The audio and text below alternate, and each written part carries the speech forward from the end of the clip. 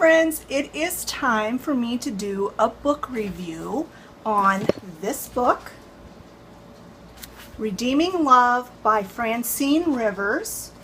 Very thick book. This book was part of a collaboration that I did about a month ago with the Secret Box Swap organized by Ingrid from Mommy and Mia Homeschool Chronicles. And the lady that I was paired with, or she had my name, I didn't have her name, but she had my name, was Laura Spradlin, and she sent me a really nice box of goodies, and this book was among them. If you have not seen that unboxing video, I will link it in the card above.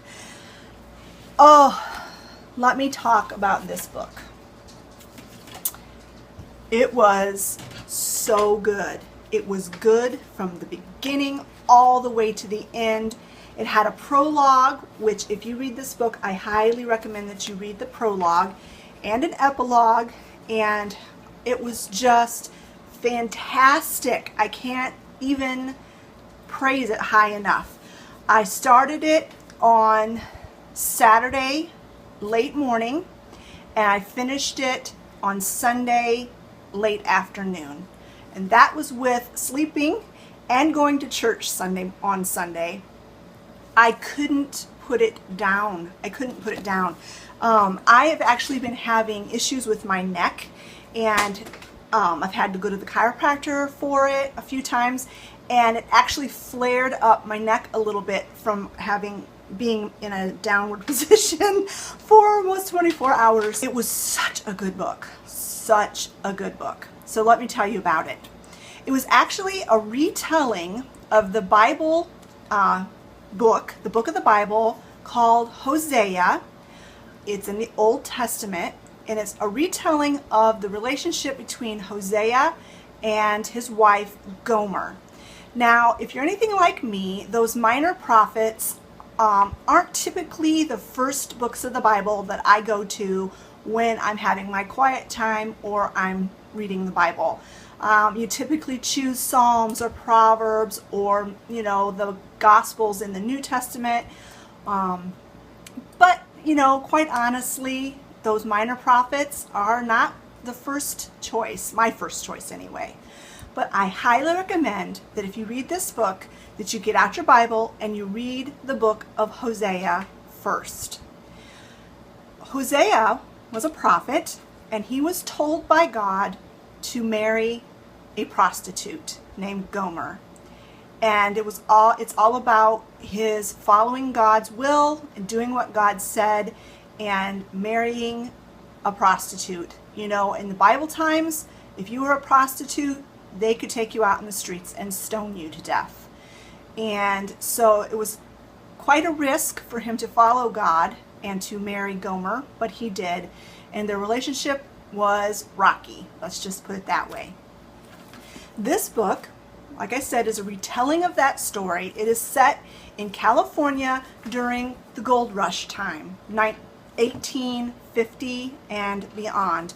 The prologue begins in the 1800s when the woman, the heroine in the story, Angel, was a little girl. It starts from her birth all the way up. In the epilogue, it talks about her death. And then it's about Michael, the hero of the story, who his last name was Hosea, Michael Hosea, who listened to God's voice when he saw Angel when she was 18 years old. She was walking down the street dressed all in black, and she was a beautiful woman, and her beauty attracted Michael's attention. And as soon as he looked at her walking down the street, he heard God's voice say, "She's the one."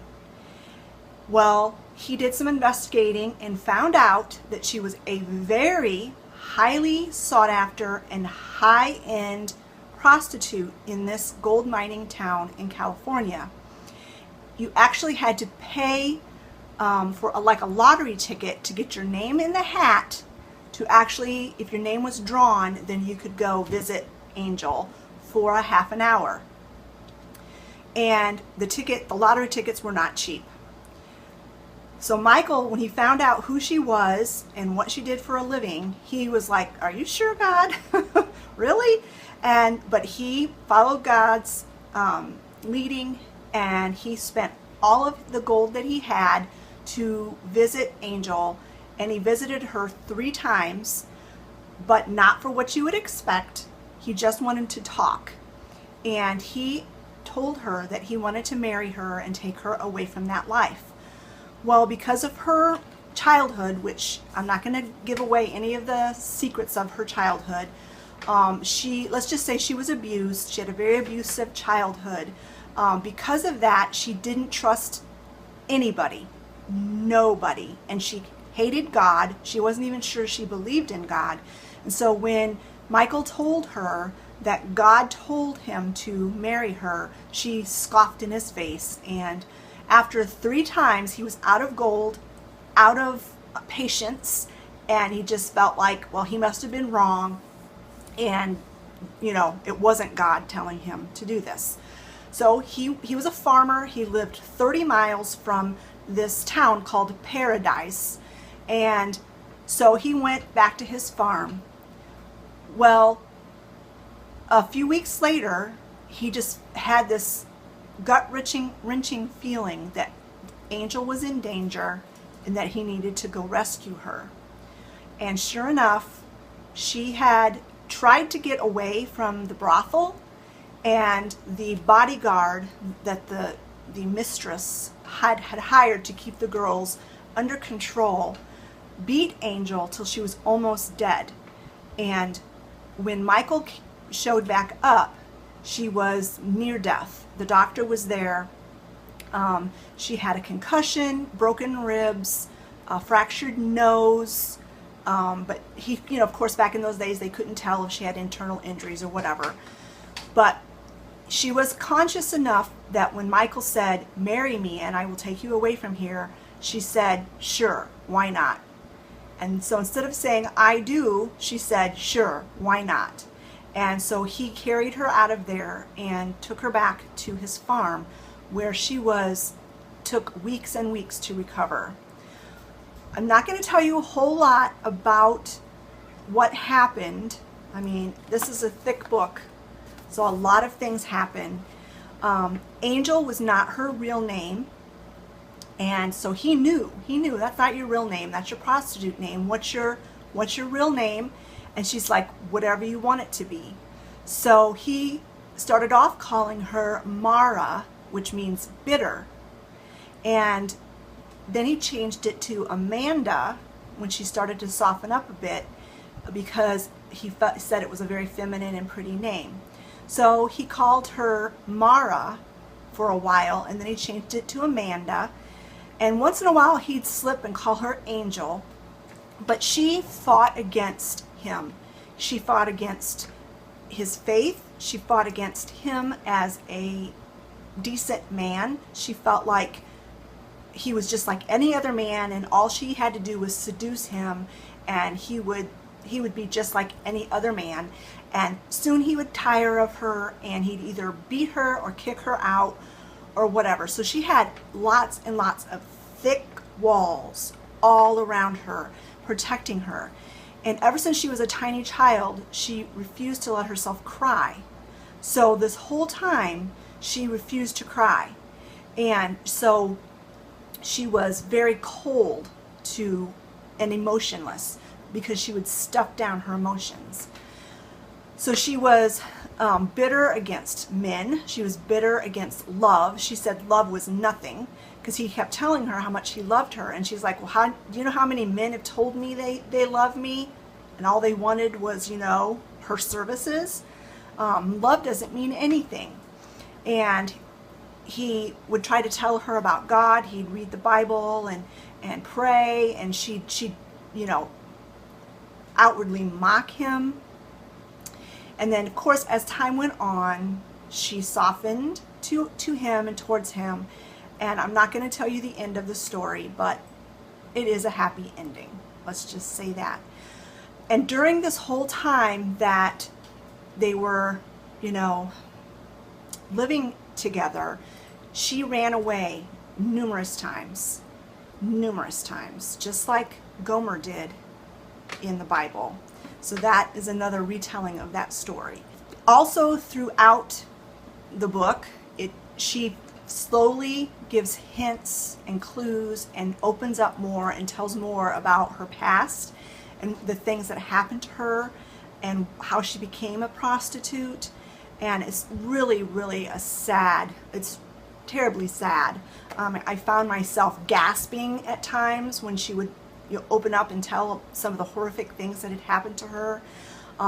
There were times when I was so angry at her, I just wanted to shake her, because it's like, don't you know you've got something good here? Why are you running away from freedom of that life? So I had all kinds of emotions. I got teared up at times. It was just a really, really excellent book. It was a very lovely love story without being raunchy. There was nothing raunchy in it. Although some really raunchy things did happen to Angel, the story was told in a way that you could figure out what had happened to that poor girl without being explicit. There was no bad words in it at all. And just as the title says, it's called Redeeming Love. It is a story of redemption and how God can pull you out of the worst circumstances and work everything to His good and to His glory. And so it's just an excellent book. I highly recommend it. Highly recommend it. I loved it. It's one of those books I probably will read again at some point. Of course, not right now because I just finished it, but it was just excellent. I want to thank Laura for sending me that book. I really loved it. I want to thank Ingrid for organizing the secret book swap and also these book review videos. It's just a lot of fun. I didn't, because of my life and teaching my kids and everything being so busy when my kids were younger, I kind of forgot how much I love to read. And now that I have more time, it's so much fun to be able to pick up a book and actually read it from cover to cover. So that is my book review on Redeeming Love by Francine Rivers. And if you get a chance to read this book, I highly recommend it. Thanks so much for watching, friends, and we'll talk to you later. Bye-bye.